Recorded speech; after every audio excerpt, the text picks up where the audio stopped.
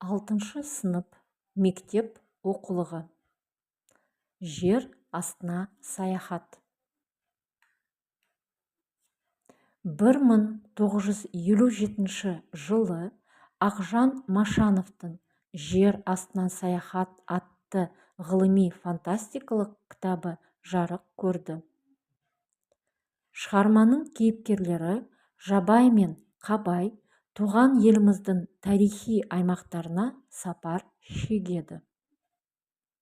Жерасты қойнауындағы сыры әлі ашыла қоймаған еліміздің тарихы осы шығарманың тууына себеп болды.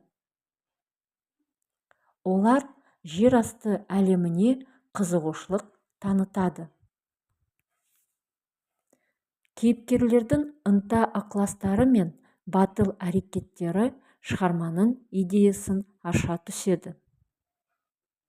Бұл еңбекте күн жүйесінің пайда болу тарихы, жер шарындағы тіршілік туралы көріністер тартымды суреттеледі. Жер астына саяхат еңбегі оқырманға болашақ жайлы ой салады.